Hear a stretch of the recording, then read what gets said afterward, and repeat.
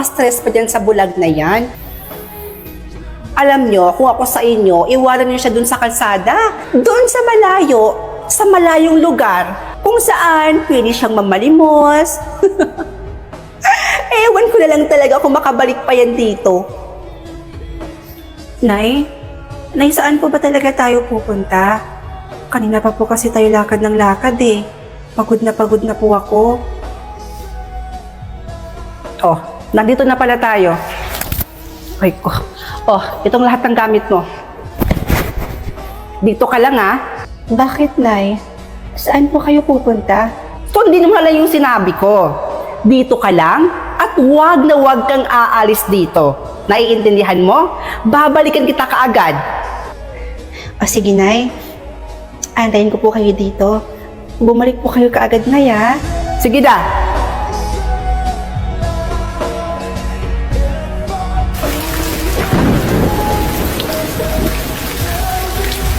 Nay? Nay! Nay, nasaan na po ba kayo?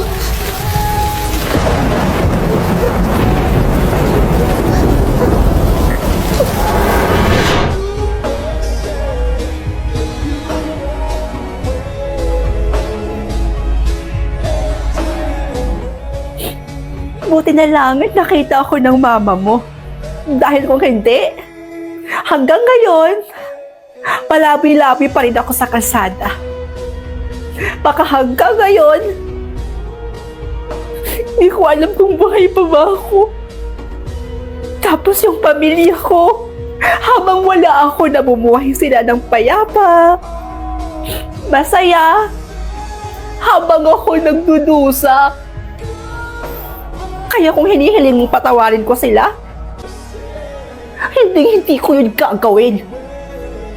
Mas gugustuhin ko pang manirahan na kulit sa kalsada or mas gugustuhin ko pang mabulag kaysa patawarin pa sila.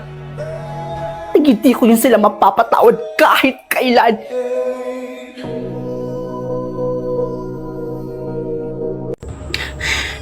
Nakakainis?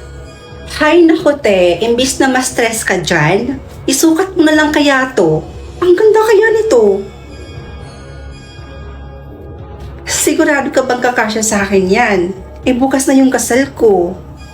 Ba't ba kasi ako in-scam nung kausap ko dun sa wedding gown? Aligaga tuloy ako ngayon. Ate naman, hayaan mo na yun. At least ngayon, nakagawa tayo ng paraan. Ito na yun no? O, tingnan mo kaya tong gown na to. Ang ganda kaya. Patingin nga. Wow! Maganda naman siya. Teka, kanino ba to? Baka pag sinuot ko to sa kasal ko, mas lalo kaming maghiwalay ni Hector ah. Hiniram ko lang yan sa best friend ko. Sinuot pa daw yan ng nanay niya nung kinasal siya. Pero naitago naman daw nila ng maayos yan. Kaya tignan mo oh, parang bago lang 'di ba? Ang ganda pa rin. O ano ate? Let's go? Oh, wait lang. Kuhaan na muna kita ng tubig, ha? Diyan ka lang. Kim, kinakabahan ako. Ano? Kinakabahan? Bakit naman? Ipon ko ba kung bakit eh? Asus! O siya, sige, wait lang. Kukuha lang ako ng tubig doon. O ate, uminom ka muna. Bakit ka ba kasi kinakabahan, ate? Kaming pamilya mo at mga kaibigan mo rin naman yung mga nandoon. Ewan ko ba? Ganito pala yung feeling ng ikakasal, no? Grabe, kinakabahan ako para hindi na ako makahinga. Isipin mo na lang na mamaya magiging asawa mo na si Kuya Hector. At mabibinyagan na rin yung kamang nabili nyo, diba? Anyways, tingnan mo yung gown. Bagay na bagay pala sa akin. Oh, tingnan mo.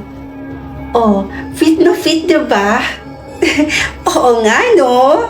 Oh, diba? Sabi ko naman kasi sa'yo, ate, trust me.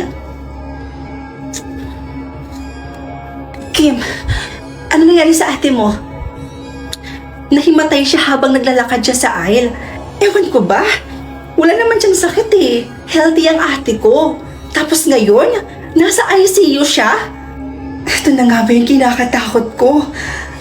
Siguro may sumpa talaga yung wedding gown na yun. Ha? Namatay din kasi yung nanay ko habang suot niya yung wedding gown na yun. At balita ko pa, namatay din to yung unang may-ari ng gown na yun. Bakit ngayon mo lang to sinabi? Tsaka bakit pinahiram mo pa? Excuse me, ginawa na namin ang lahat para mailigtas si Miss Fiona. Pero ang bilis kumalat ng lason sa katawan niya. Kaya ikinalulungkot kong sabihin sa inyo na wala na po si Miss Fiona. Nakikiramay po No. ako.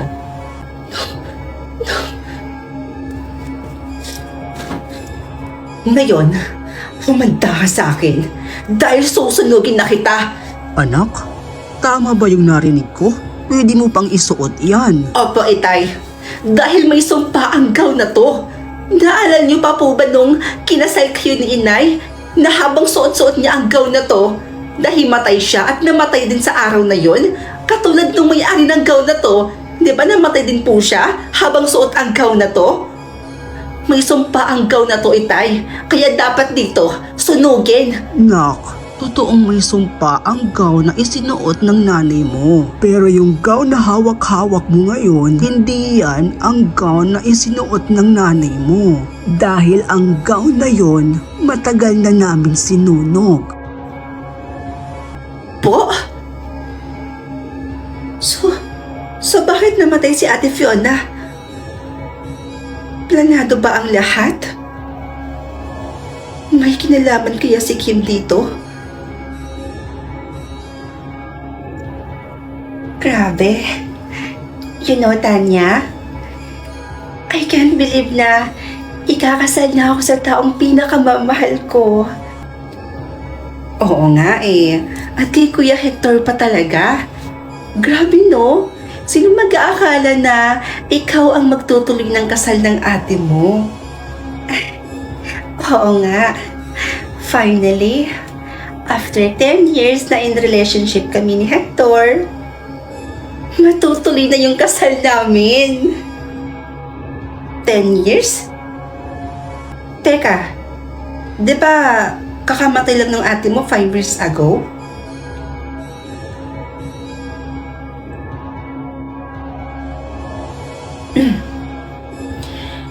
Nakausap ko yung tatay ko nung mga panahong sinusunog ko yung wedding gown na akala ko may sumpa.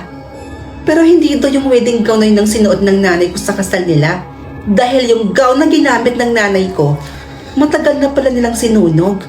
So, ibig sabihin, hindi sa wedding gown ang naging dahilan kung bakit namatay ang ate mo. At nung gabing pagkatapos bawian ng buhay ng ate mo, nakita ko kayong dalawa ni Hector sa hotel na magkasamang magka-holding hands. Kim, magtapat ka sa akin. Tama ba ako ng hinala?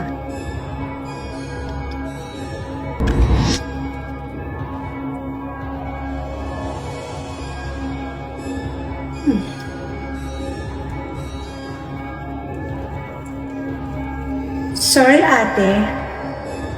Mas nagmamahalan kami ni Hector kaysa sa'yo.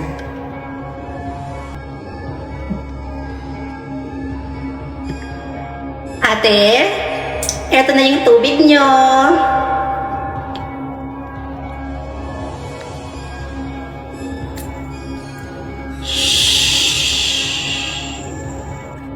Sinasabi ko na nga ba? Miss Kim, magsisimula na po ang wedding ceremony. I'm coming!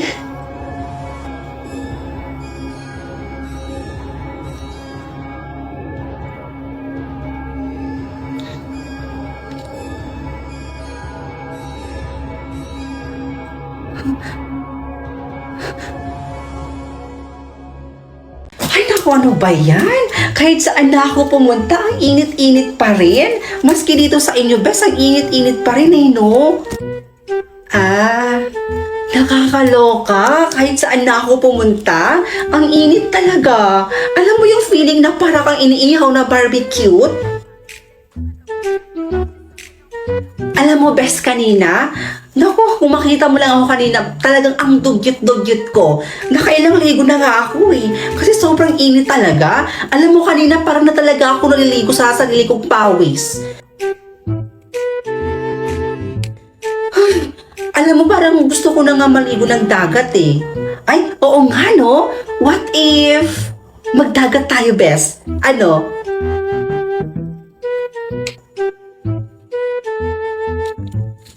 Or ano na lang pala, besh, kasi wala pa pala akong budget pang dagat eh. What if mag-milk tea na lang tayo? May milk tea naman ito sa malapit sa atin eh. Uy, best ano? Tara? Besh! Best, huy! Nakikinig ka ba sa akin? Gane. Gane, no? Oo. Paminaw ba? Paminaw? Agay! Na! Naunsa man ka? Sa mukha niya